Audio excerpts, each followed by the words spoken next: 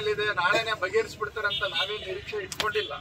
ಆದರೆ ಅವ್ರಿಗೆ ನಮ್ಮ ರೆಪ್ರೆಸೆಂಟೇಟಿವ್ಗಳಾಗಿ ಇವತ್ತು ಸರ್ಕಾರ ಜೊತೆಯಲ್ಲಿ ಗಟ್ಟಿಯಾಗಿ ಮಾತಾಡಿ ಇದನ್ನ ಪರಿಹಾರ ಮಾಡಿಕೊಡಿ ಅಂತ ಕೇಳುವಂತ ಅಧಿಕಾರ ಇದೆ. ಆ ಅಧಿಕಾರವನ್ನು ಉಪಯೋಗ ಮಾಡಿ ಅನ್ನೋದಕ್ಕೆ ನಮ್ಮ ಒತ್ತಡ. ಆಗ ಡಿಲೇ ಆಗ್ತಾ ಇರೋದ್ರಿಂದ ನಾವು ಬೇರೆ ಬೇರೆ ಹಂತದ ಹೋರಾಟಕ್ಕೆ ಹೋಗ್ಬೇಕಾಗತ್ತೆ. ಈಗಾಗಲೇ ಕೂಡ ನಾವು ತೀರ್ಮಾನ ಮಾಡಿದ್ವಿ, ಸರ್ಕಾರ ಒಂದು ಸರಿಯಾದಂತ ಒಂದು ಅಭಿಪ್ರಾಯಕ್ಕೆ ಬರದೆ ಹೋದ್ರೆ ನಾವು ಬಳ್ಳಾರಿ ಬಂದ್ಗೆ ಹೋಗ್ಬೇಕು, ಬಳ್ಳಾರಿ ಜಿಲ್ಲೆ ಎಲ್ಲಾ ಜನರ ಬೆಂಬಲ ತಗೋಬೇಕು ಅಂತೇಳಿ ನಾವು ಅಭಿಪ್ರಾಯಕ್ಕೆ ಬಂದಿದ್ದೀವಿ. ಕಾಂಗ್ರೆಸ್ ಪಾರ್ಟಿ ಲೀಡರ್ಗಳನ್ನು ಮುಂದೆ ಕುಂದಿರಿಸಿಕೊಂಡು ನಾವು ಈ ರೀತಿ ಹೇಳಬಾರದು. ಆದ್ರೆ ಅನಿವಾರ್ಯ, ಈ ರೀತಿಯ ಒಂದು ಸಂದರ್ಭ ನಮ್ಮ ಮೇಲೆ ಇವತ್ತು ಒತ್ತಡವನ್ನ ಹೇರ್ತಾ ಇದೆ. ಆದ್ರಿಂದ ನಾವಿನ್ನು ಡೇಟ್ ಅನೌನ್ಸ್ ಮಾಡಿಲ್ಲ. ಯಾಕೆ ಅನೌನ್ಸ್ ಮಾಡಿಲ್ಲ ಅಂತ ಹೇಳಿದ್ರೆ, ನೀವು ಬರ್ತೀರಿ, ಬಂದ ಮೇಲೆ ಮಾತಾಡೋಣ, ಇದೇನಾದ್ರೂ ಶಾಂತಿಯುತವಾಗಿ ಪರಿಹಾರ ಆಗೋದೇ ನಮಗೂ ಬೇಕಾಗಿದೆ. ಯಾಕಂದ್ರೆ ಹೋರಾಟ ಮಾಡೋದೇ ನಮ್ಮ ಕೆಲಸ ಅಲ್ಲ, ಹೋರಾಟ ಮಾಡೋದೇ ಕೆಲಸ ಅಂತೇಳಿ ನಾವು ಯಾರು ತಿಳ್ಕೊಂಡಿಲ್ಲ. ಹೋರಾಟ ಅಗತ್ಯ ಇದೆ. ಯಾಕಪ್ಪ ಅಂತ ಹೇಳಿದ್ರೆ ನಮ್ಗೆ ಅನ್ಯಾಯ ಆಗಿರೋದನ್ನ ಸರಿಪಡಿಸ್ಕೊಡ್ಬೇಕು ಅನ್ನುವಂಥ ಕಾರಣಕ್ಕೋಸ್ಕರ ನೀವು ಮುಂದೆ ಬಂದಿದ್ದೀರಿ. ತುಂಬಾ ಧನ್ಯವಾದ. ಮೊನ್ನೆ ನಾವು ಸಂಡೂರಿಗೆ ಬರಬೇಕು, ನಿಮ್ಮ ಹತ್ತಿರಕ್ಕೆ ಬರಬೇಕು ಅಂತೇಳಿ ಒಂದು ತೀರ್ಮಾನ ಮಾಡಿ ಇದು ಮಾಡಿದಂತ ಸಂದರ್ಭದಲ್ಲಿ ಇಲ್ಲ ನಾನೇ ಬರ್ತೀನಿ ಅಂತ ಹೇಳಿದಾಗ ನಮ್ಮ ರೈತರನ್ನೆಲ್ಲ ನಾವು ವಿಚಾರ ಮಾಡಿ ಅವರಿಗೆ ಸ್ಪಷ್ಟವಾಗಿ ಹೇಳಿದ್ವಿ. ಅವರು ಕೂಡ ಒಪ್ಪಿದ್ದಾರೆ. ಅವರೇ ಬರೋದಾದ್ರೆ ನಾವ್ಯಾಕೆ ಹೋಗೋದು ಅಂತ ಹೇಳಿ ತೀರ್ಮಾನ ಮಾಡಿ ನಮ್ಮ ಹೋರಾಟವನ್ನ ವಾಪಸ್ ಕೂಡ ತೆಗೆದುಕೊಂಡಿದ್ವಿ. ಅದು ನಿಮಗೆ ಗೌರವ ಕೊಟ್ಟಿದ್ವಿ, ಪೊಲೀಸ್ ಡಿಪಾರ್ಟ್ಮೆಂಟ್ನವರಿಗೆ ಗೌರವ ಕೊಟ್ಟಿದ್ವಿ, ಅಧಿಕಾರಿಗಳಿಗೆ ಎಲ್ಲರಿಗೂ ಕೂಡ ನಾವು ಗೌರವ ಕೊಟ್ಟಿದ್ವಿ. ಯಾಕಂದ್ರೆ ನಮ್ಮ ಉದ್ದೇಶ ವಿರೋಧ ಮಾಡಿ ಕೆಲಸ ಮಾಡುವಂಥದ್ದಲ್ಲ.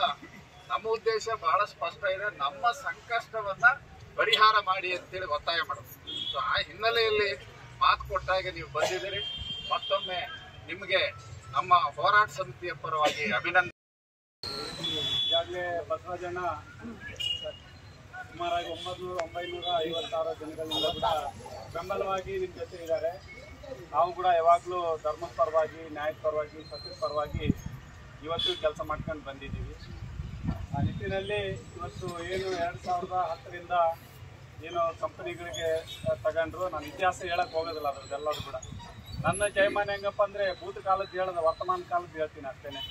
ಈಗ ಅದ್ರದ್ದು ಹೇಳಿದ್ರು ಉಪಯೋಗ ಆಗಲ್ಲ, ಎಲ್ಲರಿಗೂ ಗೊತ್ತೈತೆ ವಿಷಯ ಅವಂತರ ಮಾಡೋದು ಬೇಡ ಅಂತ ನಾನು ಸ್ವಚ್ಛವಾಗಿ ಹೇಳ್ತೀನಿ. ನಾನು ಈಗ ಮೊನ್ನೆ ಬೈ ಎಲೆಕ್ಷನ್ಗೆ ಮತ್ತು MP ಎಲೆಕ್ಷನ್ಗೆ ಬಂದು ನಾವು ಮಾತನ್ನು ಕೊಟ್ಟಿದ್ವಿ. ನೋಡಪ್ಪ, ಪ್ರಾಮಾಣಿಕವಾಗಿ ಏನು ಪ್ರಯತ್ನ ಇತ್ತೋ ನಾವು ಮಾಡೋಣ, ಮಾಡಿಬಿಟ್ಟು ನಿಮಗೆ ನ್ಯಾಯ ದೊರಕಿಸ್ಕೊಡೋಂಥದ್ದು ಅಂತೇಳಿ ನಿಮಗೆ ಮಾತನ್ನು ಕೊಡಿ. ಅದ್ರ ಪ್ರಕಾರ ಮಾನ್ಯ ಮುಖ್ಯಮಂತ್ರಿಗಳು ಬಂದು ಎಲ್ಲ ತಮ್ಮೊಂದಿಗೆ ಚರ್ಚೆ ಮಾಡಿದ್ದಾರೆ. ಸರ್ಕಾರ ಕೂಡ ಈ ನಿಟ್ಟಿನಲ್ಲಿ ಕೂಡ ಪ್ರಾಮಾಣಿಕ ಪ್ರಯತ್ನ ಮಾಡಕತ್ತಾರೆ. ಮೊನ್ನೆ ಕೂಡ ಫಾರಿನಿಗೆ ಹೋಗಿ ಅಲ್ಲಿ ಕೂಡ ಯಾವುದನ್ನ ಇಂಡಸ್ಟ್ರಿ ಬರ್ತತೇನೋ ಏನೋ ಅಂತಂತ ಅಲ್ಲಿ ಟ್ರೈ ಮಾಡ್ತಿದ್ದಾರೆ. ನಾವು ಕೂಡ ಒಂದು 10-12% ನಾವು ಕೂಡ ಸಕ್ಸಸ್ ಹಾಕ್ಯಂಡು ಬಂದೀವಿ. ಆದರೆ ಹೇಳೋಕ್ಕಾಗಲ್ಲ, ಅದನ್ನು ನಾವು ಒಂದೇ ಅಲ್ಲಿ ಹೇಳ್ತೀವಿ ಎಲ್ಲರೂ ಕೂಡ. ಅಂದರೆ ನೌಕರಿ ವಿಷಯದಾಗೆ, ಹುಡುಗರಿಗೆ ಬೇರೆ ನೌಕರಿ ವಿಷಯದಾಗೆ ಒಂದು ಇಂಡಸ್ಟ್ರಿ ಕೂಡ ಇಲ್ಲಿ ಪೊಲ್ಯೂಷನ್ ಲೆಸ್ ಇಂಡಸ್ಟ್ರಿ ತರಬೇಕು. ಈಗ ಪೊಲ್ಯೂಷನ್ ಇಂಡಸ್ಟ್ರಿ ಅಂದರೆ ಒಬ್ರು ಬದುಕೋಕ್ಕಾಗಲ್ಲ ಕುಡ್ತನಾಗ. ಆಮೇಲೆ ಈಗ ಆಲ್ರೆಡಿ ಭಾಳ ಕಷ್ಟ ಇದೆ ನಮಗೆ ಕೂಡ. ಈ ಡಸ್ಟು ಅದು ಆರೋಗ್ಯದ ಮೇಲೆ ದುಷ್ಪರಿಣಾಮ ಬೀರ್ತದೆ ಅಂತೇಳಿ ಈ ನಿಟ್ಟಿನಲ್ಲಿ ಪೊಲ್ಯೂಷನ್ ಲೆಸ್ ಯಾವ್ದಾರು ಇಂಡಸ್ಟ್ರಿ ಬರಬೇಕು ಅಂತ ಪ್ರಯತ್ನ ಮಾಡಿ, ಜೊತೆಗೆ ನಿಮಗೂ ಕೂಡ ಪರಿಹಾರ ಮಾಡಬೇಕು. ಆಮೇಲೆ ಸೈಂಟಿಫಿಕ್ ಆಗಿ ಅಣ್ಣ ಹೇಳ್ದಂಗೆ ಸೈಂಟಿಫಿಕ್ ಆಗಿ ಯಾರಿಗೆ ಎಷ್ಟು ಭೂಮಿ ಬೇಕು ಉಳಿಕೆದು ಅದು ಬೇರೆ ತೀರ್ಮಾನ ಮಾಡ್ತಾರೆ. ಆ ನಿಟ್ಟಿನಲ್ಲಿ ಕೂಡ ಒಂದು ಹೇಳ್ತೀನಿ, ಗುಡಿ ಮುಂದೆ ಬನ್ನಿ ಮಹಾಕಾಳಿ ಗುಡಿ ಮುಂದೆ ಪ್ರಾಮಾಣಿಕವಾಗಿ MLAರು ನಾವು ಪ್ರಾಮಾಣಿಕ ಪ್ರಯತ್ನ ಮಾಡಿದ್ವಿ. ಡೇಟ್ ಕೊಡ್ರಿ ಸರ್, ಬೇಗ ಮಾಡಬೇಕು ಅಂತಂತೇಳಿ. ಆ ಸಮಯ ಸಂದರ್ಭಗಳು ಅವ್ರಿಗೂ ಕೂಡಿಲ್ಲ. ನನಗೆ 2 ಸರಿ ಪೋಸ್ಟ್ಪೋಂಡ್ ಆಯಿತು. ಮೊನ್ನೆ ನಾನು ಕೂಡ HD ಕುಮಾರಸ್ವಾಮಿ ಅವ್ರ ಹತ್ರ 2 ಬಾರಿ ಹೋಗಿ ಅಣ್ಣ NMDCದಾದ್ರೂ ಮಾಡೋಣ, ಅಟ್ಲೀಸ್ಟ್ ಇಂಡಸ್ಟ್ರಿ ಮಾಡಿರಿ ಅಂತಂತ ಹೇಳಿದ್ರು. ಇಲ್ಲೋ ತುಕಾರಾಮ್ ಅವೆಲ್ಲ ಸ್ವಲ್ಪ ರೆಕಾರ್ಡ್ ಮಾಡಬೇಡಿನ. ನಾಗನಾರ್ ಕೂಡ 28,000 ಕೋಟಿ ಕೂಡ ಅದನ್ನು ಮಾರಕೊಂಡು ನಾನು ಇಂಡಸ್ಟ್ರಿ ಮಾಡ್ರಿ ಅಂತ ಹೇಳಿ.